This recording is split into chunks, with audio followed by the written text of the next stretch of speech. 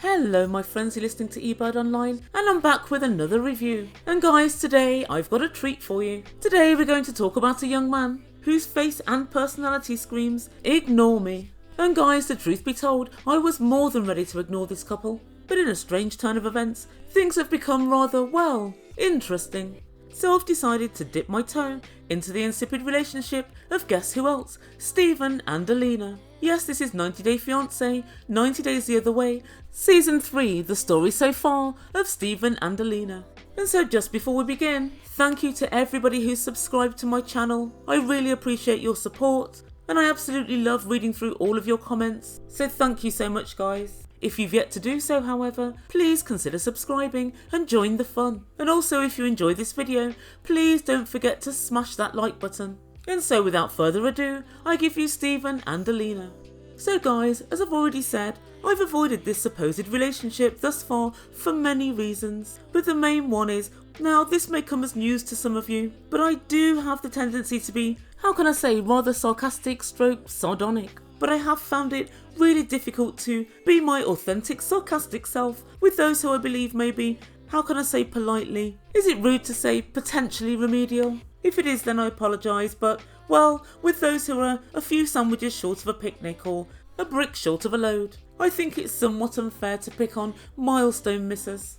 And that was my first initial thought for both Steven and Alina. However, it's come to my attention that Steven speaks fluent Russian and holds a master's degree. It's also come to my attention that Alina's at university, or should I say was at university, or in fact should I say should still be at university, studying Chinese language and Asian politics. And for a moment, well, for a very, very short time indeed, I felt somewhat guilty that I judged Steven so harshly. But this week that very quickly evaporated when Steven told Alina that during the course of their relationship, he went on around 100 dates with other girls and allegedly had sexual contact with about 24 of them. So guys, yeah, we're gathered here today for me to rip the arse out of Steven. But guys, we'll come to that. Let's begin at the best place, where else? The beginning. And so Steven is a 25-year-old Mormon, and he's from Salt Lake City, and he works as a pest control salesman. Guys, sometimes the jokes just write themselves. He's the pest that needs controlling, but I digress. Alina is a 20-year-old student, and she's currently doing a degree online, and she's studying Chinese language and Asian politics. And so where did this couple meet, I hear you ask? Well, they met online, on a language exchange site. Steven, it seems, spent 2 years doing a Mormon retreat in Eastern Europe, and he's learned fluent Russian. And Alina, who obviously wanted to brush up on her English skills, was also on this site. And Steven just started flirting with her, and a relationship was born. The couple then spoke to each other every single day, and a few months later decided to meet in Prague, and they spent 2 weeks together, along with Alina's mum. The couple fell deeply in love, but due to coronavirus restrictions, they were unable to marry in Russia, and obviously she was unable to get to America as well. So they both decided to move to Turkey, to get married there and then to go and live in Russia. And that, as they say, is where the problems began. So guys, these two are quite different in personality. But it has to be said, whoever was going to get together with Steven was always set to be, well, quite different from him. Steven has got a very kooky personality. And so I'm going to give you a very quick rundown of what I consider to be the strangest things about Steven, before we talk about the myriad of problems that this young relationship has walked headlong into. So we got a very early idea of the weirdness of Steven, whilst he was still in America, at home with his mum and stepdad and brothers. And guys, you know the Ebird loves the gate, we're going to call this story Fartgate. And so Steven was with his family, and they were all sitting down having a chat. But Steven decided he wanted to go and pass wind. Fair enough. And so he decided to announce, I need to fart. He got up really awkwardly, ran out into the garden, stood at the very end of the garden, let one rip, and then came back in and sat down as if nothing was weird. And Steven tells us that's what I always do if I need to go fart. I don't know why everyone doesn't do this. Steven, everyone does do this. Most people, if they need to pass wind, will leave the room. The only difference is nobody else feels the need to tell the rest of the room. But what for me made this really unbelievable was that whilst he was in Turkey a few weeks later with the whole of the production crew, he'd obviously caught some sort of cold. He repeatedly sneezed, loudly, forcefully, and in an entirely unrestrained manner. without covering his nose and mouth at all. So he runs outside like a weirdo to the bottom of the garden to fart, yet sneezes over the whole of production at will. You couldn't even make it up. But Steven thinks we're the weird ones. Steven not announcing farting isn't strange. It's not strange at all. Spreading germs during a worldwide pandemic, well, yeah, that's it. You're right. That's weird. The next time I noticed that Steven was a little different was his lack of ability to defend his Mormon faith. And so Steven explains to us that his Mormon faith is extremely important, and at first he was worried to tell Alina that he was a Mormon, and when he did, she freaked out a little bit, and Steven explained that it was because Russians consider Mormonism a cult, and they believe they try and kidnap people to harvest their organs. And it was never really explained to us why Russians think that Mormons have a need for all these extra organs.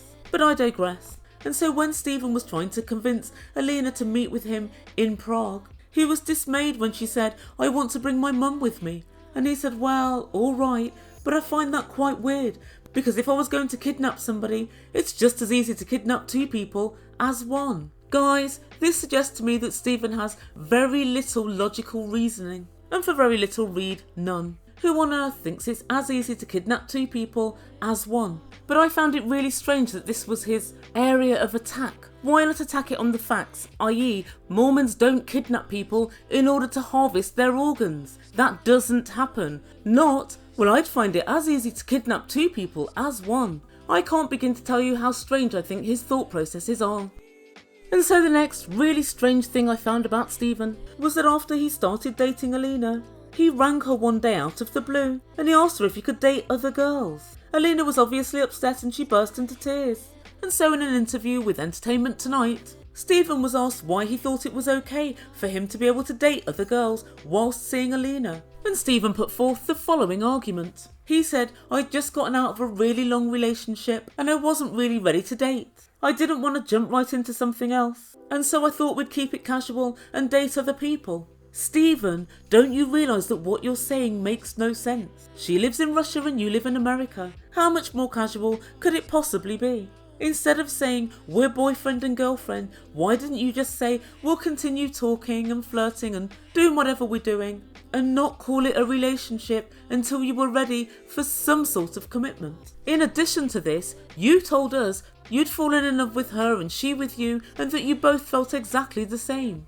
Guys, I think what Steven really meant was, can I just wander around and sleep with whoever I want? But the weird thing to me is it doesn't seem to worry him that he's being interviewed and he offers up this as a logical reason as to why he's been sleeping with dozens and dozens of girls. And also, whilst we're at it, Alina burst into tears and said, "No, you cannot see other girls." And what did Steven go and do? Well, he did it anyway.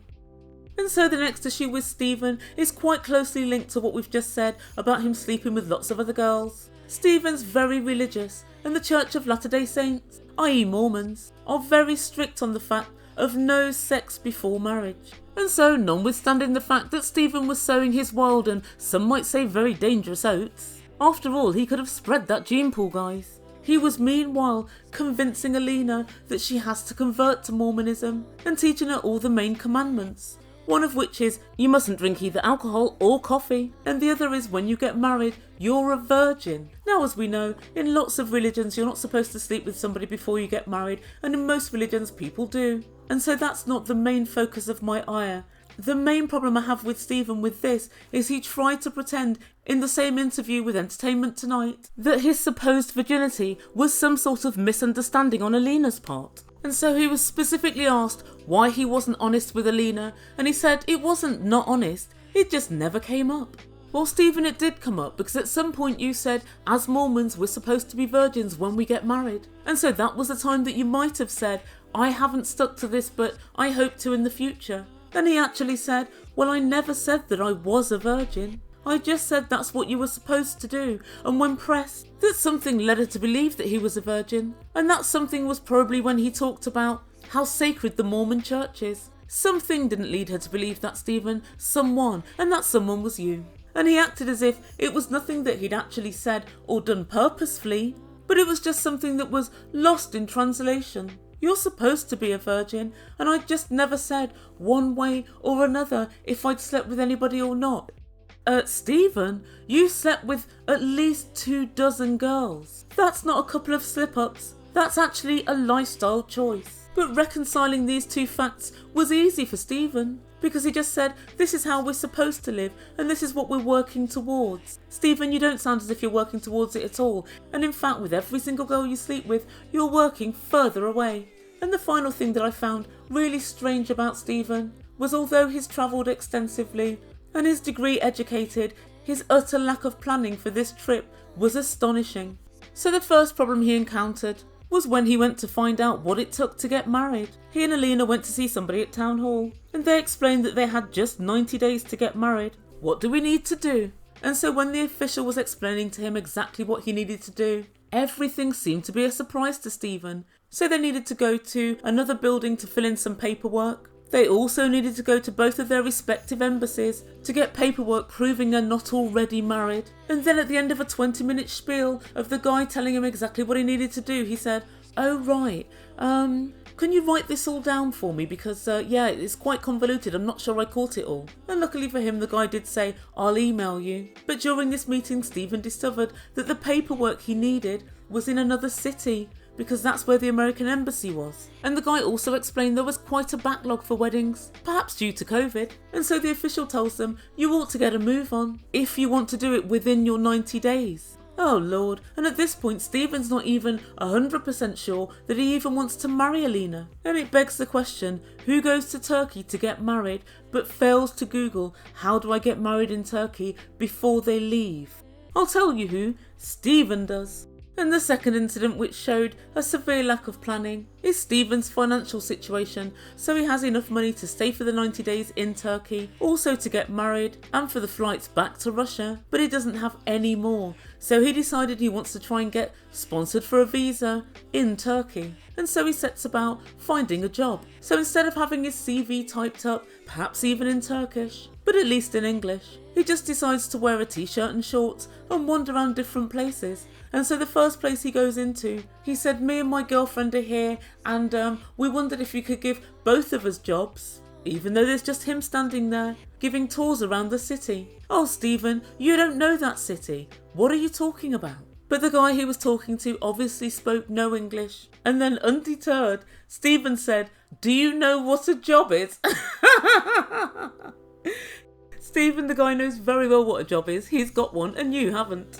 And the guy actually said, "Very, very terrible." And Steven said, "No job? Okay, well, bye." Steven, what I think he's trying to say to you is that there's extremely high unemployment in Turkey. Perhaps something else you ought to have considered before you decided to travel during a pandemic and then decide to work within the tourist industry, possibly one of the hardest hit.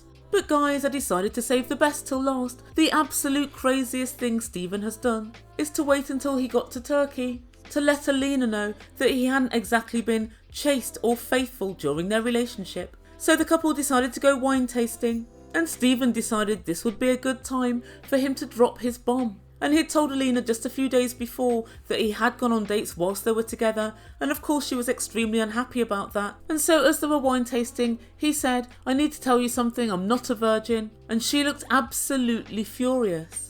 And she tells production, "He's a hypocrite. He lied to me about the worst thing. I don't think I'll ever be able to trust him again." And she asked him, "How many girls did you go out with?" And honestly guys, his answer shocked even the Ebird. "You could have knocked me down with a feather." Steven said, "I've been on about 100 dates."